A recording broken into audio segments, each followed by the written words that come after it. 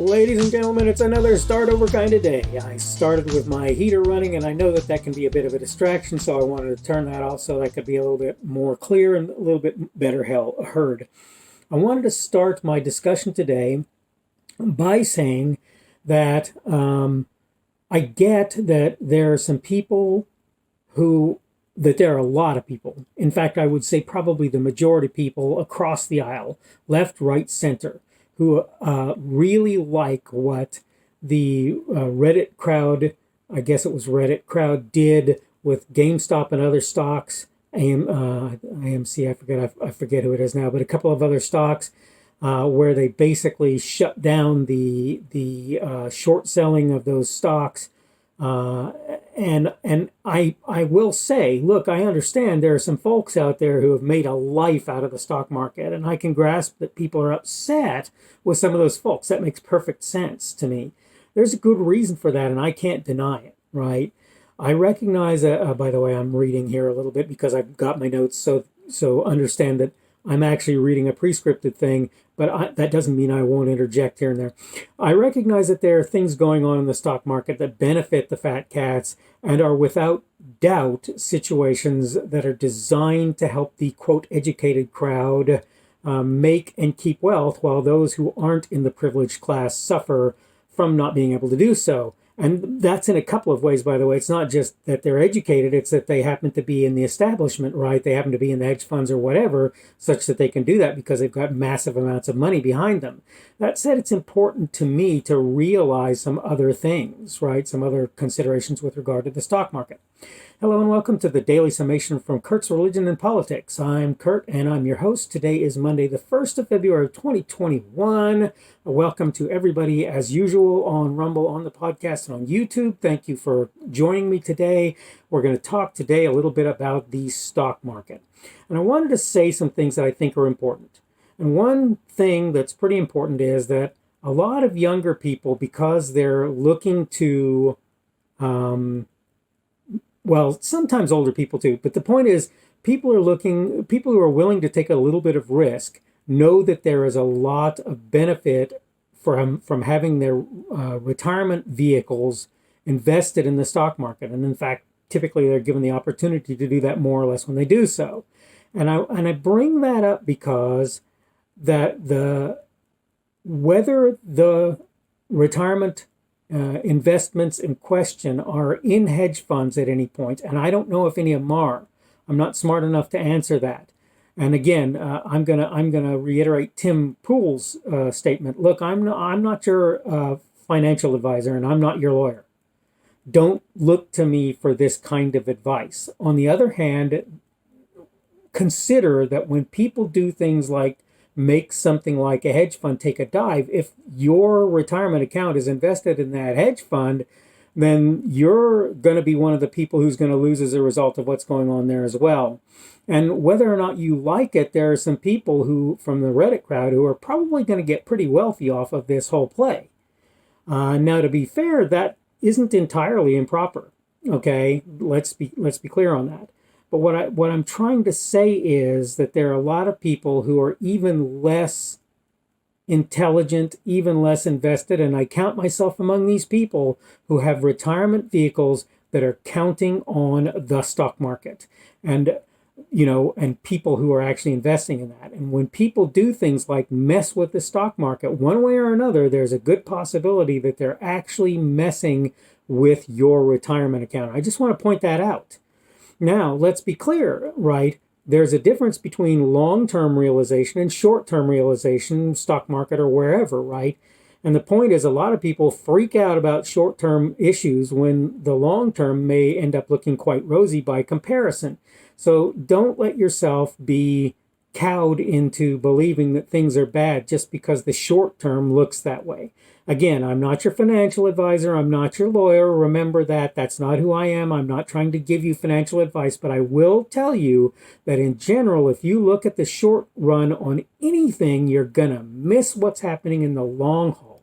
And sometimes that's going to be beneficial and sometimes it's not, because your short-term shyness is going to keep you from getting hurt sometimes in the long run. But sometimes you're going to think I'm getting hurt in the short run, and actually it's going to be worse in the long run. Here's what I will say. There are a couple of things that I will say. One, to those people who are seriously down on Robinhood for what they have done, those people I believe to be correct. I believe to be saying things that are proper and reasonable, and I don't believe Robinhood has the right to do what it's doing. Now, to be fair, I'm hearing people say that they're being pushed into their position by others, right? That's what I'm hearing at this point. With regard to whoever it happens to be, the Securities and Exchange Commission, SEC, right, or the Treasury, or whoever it happens to be, anybody who's saying that private investors who are not working from inside knowledge have the don't have the right to trade stocks as they feel like, and as again, as Tim Pool points out, to do so at a loss if that's what they choose to do. If I choose to buy stocks at a loss, knowing that either in the short term or overall I'm going to lose, and it means that I prop up a company or whatever that I happen to believe in and think should be considered and so forth, I'm sorry, but that's my right. Okay? You tell me that it's dangerous. Yeah, I know that. I know it's dangerous because I watched what happened to my retirement portfolios over the course of time when we had the nice little stock market debacle not too long ago, which is I think we've probably every bit recovered from, if not a great deal more. But the point is, I know all of that. So when you tell me that you're doing things for the little guy, for me or whatever, in some senses I kind of see that there's sort of some truth to that. But the reality is, in the long run, I don't think you're doing much at all for those people. Even if you look at those people who are invested in the stock market as a result of the fact that their IRA, 401k, TIA, CREF account, whatever it happens to be, is invested in that, I don't think you're really helping me in the long run, because now we've got these people basically out there who are using hedge funds to short companies that are probably going to be more prone to failure and fail as a result of the fact that they're being shorted like that, and that people have no confidence in those individuals. And the truth is, the people who are doing the shorting may be able to see the writing on the wall, may not, but they certainly can make what amounts to not quite self-fulfilling prophecy, because they're actually doing it in the process of what they're doing. Okay, so here's what I'm saying and where I diverge from a lot of people. I get that people are against the idea of the short sellers doing what they're doing. I get it. I get that there are a lot of people out there who are upset by these people making huge amounts of money out of this. But I also get that in many instances, a lot of these people are may very well be contributing to the wealth of people who are getting older and ready to retire through their retirement accounts. Do hedge funds do that? I don't know. Do you? If you do, then I'd love to hear about it. I'd love to hear your answer on that, because I'm not trying to say that it's true. Even still, the stock market will be affected by the actions of hedge fund entities. Even still, that's true. Now, will they be affected to the bad or to the good? Well, that's a fine question, and another one that I'd like to see somebody analyze. I'm going to say again, though, that doesn't mean that I believe various entities have the right to tell people, oh, you can't do that. That'll be bad for you. That's not your business, largely. If I'm willing to take the risk, whether it be myself as an individual or whether it is through again, a retirement vehicle or whatever, some investment pool that I happen to be involved in, that's my business. And now, I'm no financial advisor, but I will give you this one piece of financial advice. Stocks are subject to risk. You can lose your shirt in the stock market just like you can anywhere else. Don't forget that. And don't assume that that's not a possibility. Okay, I'm basically running out of time. I'm going to kind of encapsulate again. What the hedge fund folks are doing, I don't care for. That the stock market affects various people's retirement accounts is something I think that needs to be taken into consideration, and I don't think enough people are taking it into consideration. how much involvement government or large companies should have, and whether or not I can buy or sell stock. And that includes companies like Robinhood.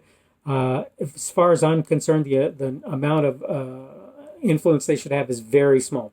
All right. It is again the 1st of February of 2021, and it is Monday today. I hope you're having a good week so far. Hope that it continues to go well for you. Things are kind of going good for me. They're maybe not every bit as good as I'd like, but they're not horribly bad. Nice weather. Starting to look like before too long we'll see a spring. All right. Again, I'm going to go ahead and wrap up now. Again, thanks for everybody, particularly you Rumble guys. You're just about to push me over, I think, 6,000 video views overall, which is wonderful from my perspective, even though it's small potatoes to everyone else. Thanks again for everybody who's coming and checking in on me today, and hopefully we will see you again tomorrow. The speaker on this edition of the Daily Summation is Kurt Schubert. This video was recorded on Monday, the 1st of February of 2021. The Daily Summation is created for Kurt's Religion and Politics.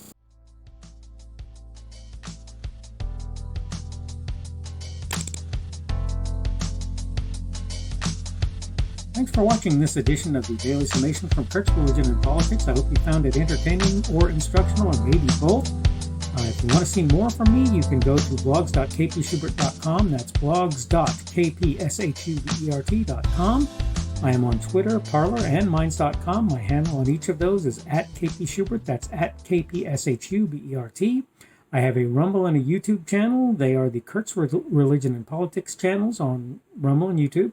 I have a Facebook page. The Facebook page is Kurt's Religion and Politics as well. I am on Patreon. If you want to support me, that's one of the better places you can do that. And you will find me at Kurt's Religion and Politics on Patreon.